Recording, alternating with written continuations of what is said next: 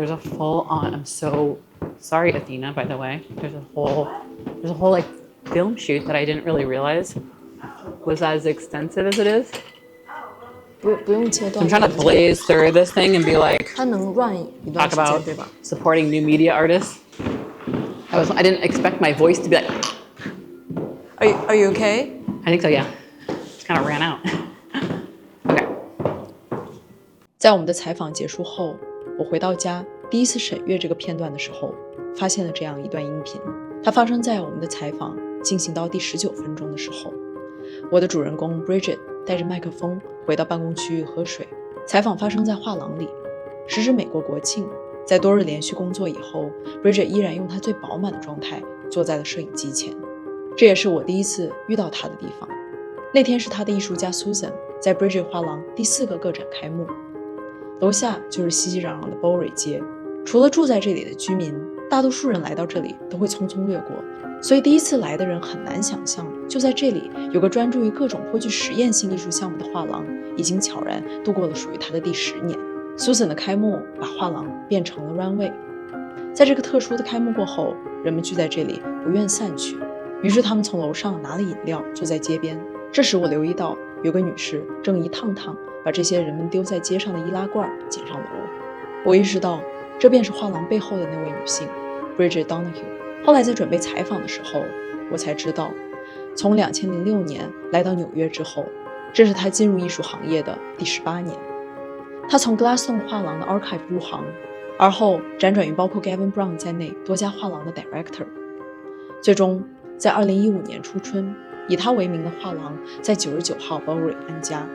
此刻办公室里的 Bridget 喝着水，与画廊同事商量着她会如何快速回到他们手头事情上赶上进度，她会如何趁早结束这次访谈，顺带将她手里的艺术家编织进访谈里进行宣传。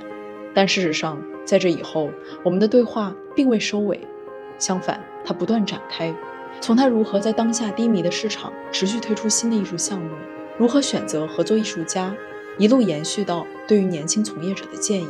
也许正如她对于画廊的运营，在这个以创意和热爱支撑的行业，在藏家与艺术家工作室之间，包括 Bridget 在内的 dealer 成了唯一的确定性。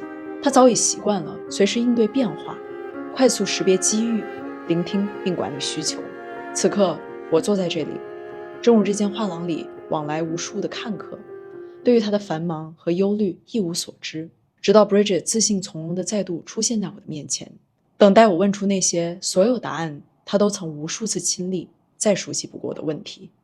I'm just really curious, how do you land on being a gallerist and art dealer? I think your background is in journalism and textile study, right? I was like in school, and then after that, when I kind of traveled for a bit, and I moved to New York when I was 26, so not super young. That was 2006? Yep, exactly. And then I got a job in a gallery then, which was Gladstone Gallery. And so she just passed away. So I was really reflecting on her, because that was such a life-changing moment, because I had not worked in a gallery before, but I knew I wanted to kind of turn that journalism textile background into something arts related.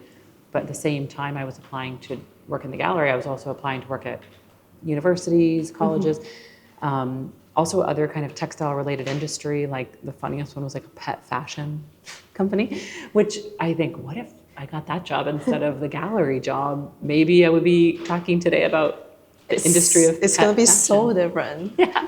And so I've been very nostalgic, because that was such an important path to just learn about. And so we discussed briefly before this idea that until that job, I didn't understand what was beyond the exhibition that we all see when we walk into a gallery. And so I learned there so much about, what it means to represent artists, and how there's one exhibition in the front of the gallery, but in the back you're helping artists with exhibitions around the world, with other galleries at their studios, and then discussing with collectors or curators everything they're doing in between maybe the exhibition that you're hosting. So that then was so intriguing, because it felt like such a rich job. And then what I also appreciated about it, with not being an art historian, you become the expert of contemporary art, because if you're my artist and you're telling me everything that you're thinking about while you're making this body of work, I'm one of the few people that gets that direct kind of witness or report or testimony or primary document. I get that from the artist directly, and then you can turn around, and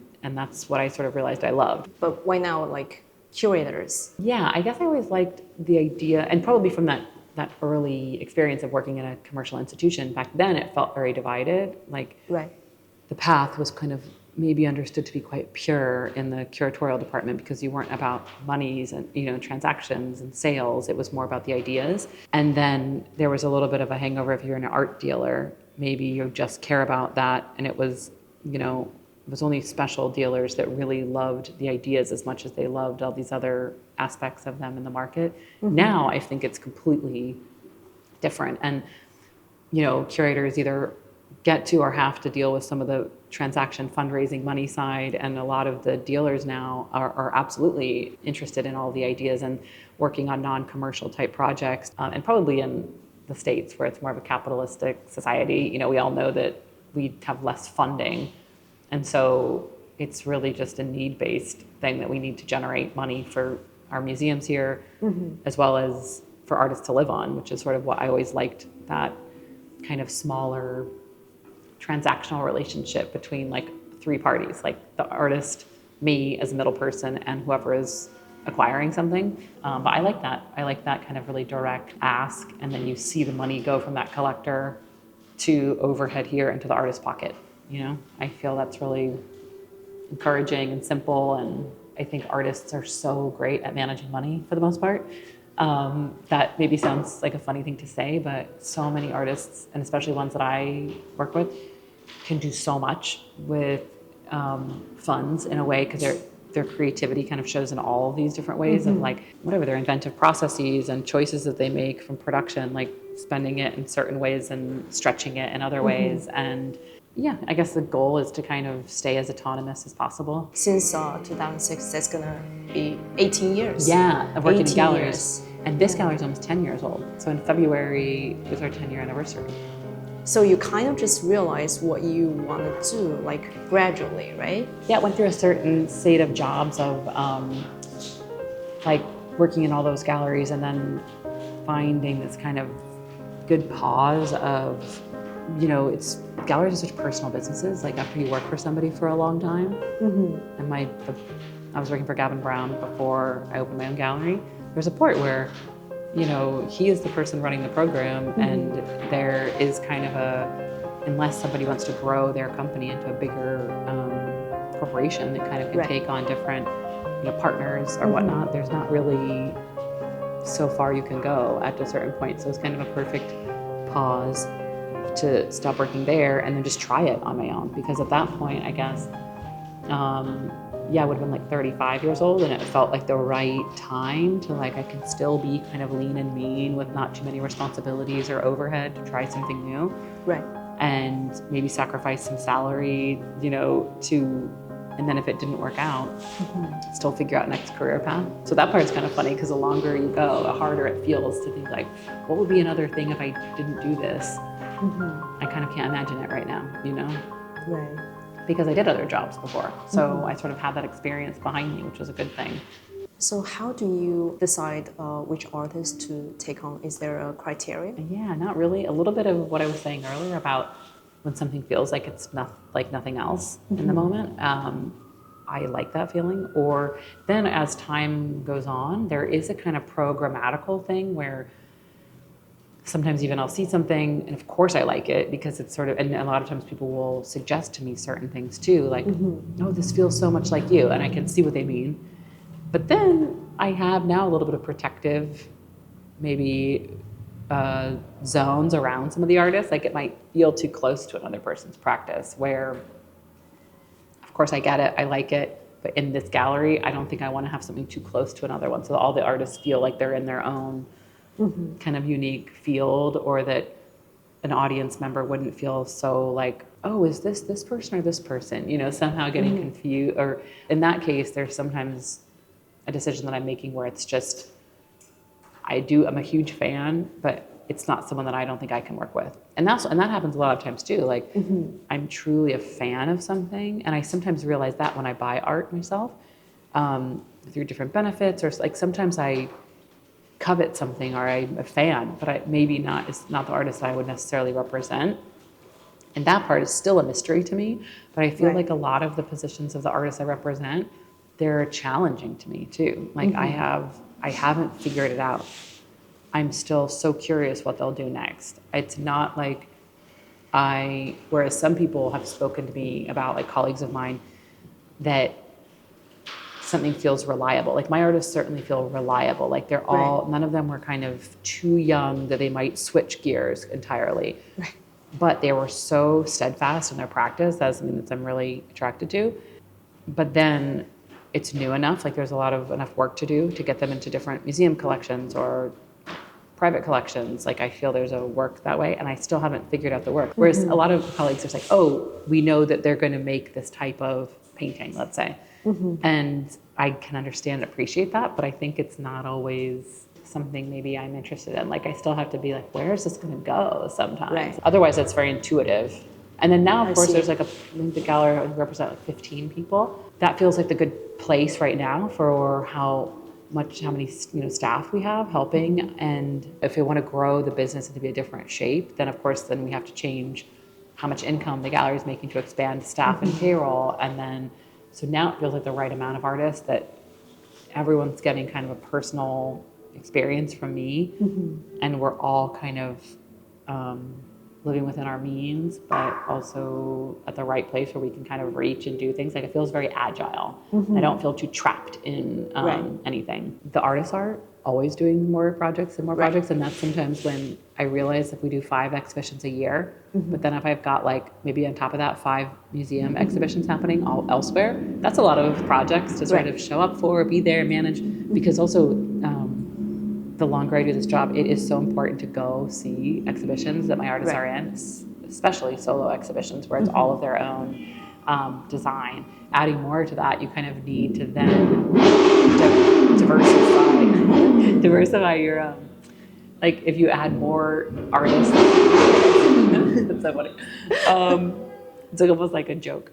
To repeat that, it's like if the more you expand everything, it's like you just need more people like me that can be out into the world seeing all this stuff firsthand. Right now it's a rather slow market, yeah. And yet I think we feel so stable because a lot of these radical practices, they're not always a sure thing. And so we're kind of met with like really incredible collectors or museums that sort of meet us at these points too.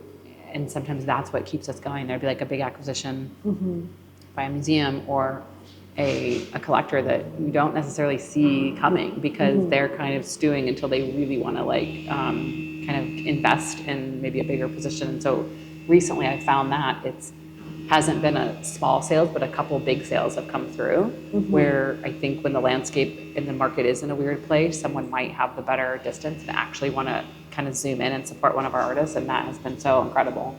Right. Because it wasn't something you could have predicted, but I think in these kind of uncertain times, either people are making conservative decisions, like buying something that has like a maybe more reliable market value, or they're kind of making a bigger gesture for some of these practices that are standing out maybe in this moment. Artists sometimes, if they're let back, if they get an early work back, they want to change it or add it, and some part of the gallery job is saying, no, like you have to keep this here because I want to keep it in this pure state. And of course, they have this idea that they will make it better. But I always try and think another part of the gallery job is to like take the art from them and keep it locked in this time and date that it was, So if it says that the artist made it in 2024, I need to keep that time safe too. So that, in 20 years from now, we have this piece from that time, which will of course show. I think that's really important and really difficult to keep an artwork from the artist from being like destroyed or like altered or like changed. Yeah, I think I read this like joke where something really happened before. Like there was a security in the museum. He found out that an old gentleman was trying to like do something to a painting or like steal it. He was stopped and then questioned and then find out he was the artist. Yes, I think that's true too. It is so funny. I also remember working with Alex Katz at Gavin Run. He came in one day with a tray of paint and added something to a portrait because it was bugging him, and he thought, well, and it was still in the show, but it cracked me up. I was like, even him, who was like a master, at that point, is bringing in this tin paint tray and adding just a little touch. That's so classic artist. And sometimes, by the way, we do give the artist the bag. I'm like, oh, okay, because they're my boss at the end of the day. But I do think, for the most part, it's a big part of my job to take a photo of it, stash it away from them, and never let them touch it again, to protect all of us. But partly joking. But. Is there a time for you that so someone you want to take on is really hot in the debate, and then there are a couple of different galleries approaching them, and then you have to prove to them that you are the one? That's close to home. That's happened before, but I have an anxiety about too hot potato because sometimes I've had enough experience where you see something be so hot, and then when it's not, it's dramatic in a way that is hard to manage. And if my job is to help manage the artists in the market, and these other things are happening out of some people's control. I mean, I'm still deeply curious how people manipulate that and make those things happen. Because I feel like, as much as I know, it still seems strange to me. But in those tense situations, I'm not good at going for it. So you just cool your mind and rethink about the whole situation. Yeah, or it has to be, I have to say to them, hey, you have to also be really interested in this context. And if that's something that's interesting to you, then that will never change. In the early days, I was nervous about being a stepping stone. If someone just wanted to have one show here before they move on to another gallery, that didn't feel healthy. Like I wanted to really start. Did they happen before? It didn't really happen that much yet. In fact, a lot of times what was really beneficial here was that because I'd had this experience working with other galleries that were a little bit definitely bigger businesses, I knew a lot of more senior colleagues. Right. And so that was really incredible. So like Susan Cianciolo now works with Stuart Shave, and the galleries that are 2 or almost 3 times as old as me and have really impressive mid-career, established artist programs, bigger price points. And so I think that was amazing with a lot of the artists, be able to link up with other bigger galleries. And so the artists felt supported in a different way. They felt part of a bigger program. And so I think that's how I kind of have helped the artists that are maybe ambitious or have the potential to have bigger markets, or that I find other gallery partners to work with. In fact, later today, that's what we're having a meeting with the other gallery about Lynn Hirschman Leeson and kind of going through best practices for a certain offer of more historical material, and that feels great to have another team that we can compare ideas with and just combine all of our efforts and knowledge and input and labor, and it just feels, so that's kind of how I've managed that. Also in this moment where a lot of galleries have closed in the past year or two. Right. Some people ask, oh, are you going for this person? Are you going for that person? And a little bit what I was saying before, I don't really have the bandwidth to expand so much. And also then I know that I'm not good at diving in there and trying to lure some artist over here, because I sort of just feel like if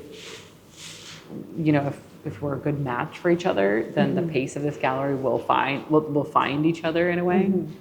And I just feel more comfortable in that way as opposed to the hot new thing. I've not always been comfortable in that. Just because it feels uncomfortable, it feels a lot of pressure, a lot of pressure sometimes from collectors who want to pressure you to get an early work by somebody at a certain price point, but then also a lot of pressure for that artist who sometimes is going under a certain moment of attention and feeling either locked into whatever that body of work is, or, I don't know, for many reasons, I don't like that time. Even though a lot of artists, it's such an important time, but it feels nerve-wracking to me. Just like you mentioned, I think this industry is kind of supported by everyone who truly loves art. Yeah. But recently I've been hearing a lot of complaints, especially from younger people. They're doing entry-level jobs in this industry, and they're talking about it's always being underpaid or what. Do you have the same can you relate to that when you like first enter this industry? Or? Totally. Yeah, and I think there's a lot of class issues in this world. You know, like a lot of people that end up working here also maybe have a familiarity from families that collected art, or maybe they have experience. So that's another thing that I think was a hardship early on, was realizing that I didn't negotiate as well as my other colleagues, who maybe also had mortgages of nicer apartments they lived in, and you know, things like that, where there was a realization that I was like, oh, well, then I can, if I don't need that much to live on, it can make me be a little riskier. As we all age, there's certain securities and things we need to look out for, and I really feel that for the next generation, that I think they're changing it for the best. Like you know, people are asking to work at quasi entry-level job here for as much as I made at the end of my working for, you know, 10, 15 years. And so the next generation, in a way, I really admire them for asserting themselves and kind of understanding better than my generation, maybe like a living wage and what is necessary and what should be accounted for. Because I hope that they're changing it for all of us for the better. For sure. And I just like to meeting those like employees where they're at. And, you know, if I were to lay bare all the finances of the gallery, it's self-sustainable and it feels healthy. There's not much profits going with, you know, all the high stakes that we're doing. And then we do have extra money we're doing, maybe international art fairs, or right now I committed to supporting a big book. And those are finances that are coming out of somewhere at some time, you know. And so it's really hard to kind of plan around that, those kind of financial demands, because sometimes you don't see them coming. So, and the same I would relate to like a younger person working. It's hard to live in the city. And do you have any advice for them, the younger generation? Gosh, I think just maybe it goes back into what we're talking about this entire conversation. The core of it is like being really honest of like, what kind of life do you want to have for yourself? If it is a certain, and my husband's really good about thinking about that. Like, he knows he wants to be able to buy these kind of books, eat this kind of food, you know, and manage a lifestyle that he wants to have. And I think I'm not as good about that. I agree about that. I probably sacrifice certain things myself to do other things. But I think if whatever we know, like if I know I'm like that, then that's a happy life for me. I think that you have to really understand like what you want to be surrounded with every day. Accept it. Totally. And do I want to have, what kind of life-work balance do I want to have? Do I want to be able to clock out, clock in? Yeah, I think that's the best thing to do. And just be open to change. I think the thing that's different about even my generation, but certainly the next one, yours and a young person coming up, people do many things in a life. You know, it's not like one career that you have to, you go to medical school and you're a doctor for life. Now we see people, you know, maybe you're a practicing doctor, but then you go into research, but then you invent something and then you patent something, you know, and then maybe there's these paths where I think just being open. We have more fluidity. Totally. And I think about that all the time. You never know who we're going to meet tomorrow, and maybe even if, you know, anything that we're doing, this conversation that we have inspires somebody else, and they then talk to you about building a collection somewhere, and then you have, you know, whatever, these kind of ideas that we can never even dream up of on our own. And that's sometimes I think what's neat about the art career. It turned out better than I ever could have planned, because I think a lot of it was just being open to different people's advice or opportunity or hard work, and then you kind of build trust with people, and then new things come your way, and that part is really great. And so I think just that part of that is like staying open and interested in listening to your gut, but also listening to things around you. And yeah. Okay, could you do a little slower? Okay. And louder too? And then I go, 大意是有态度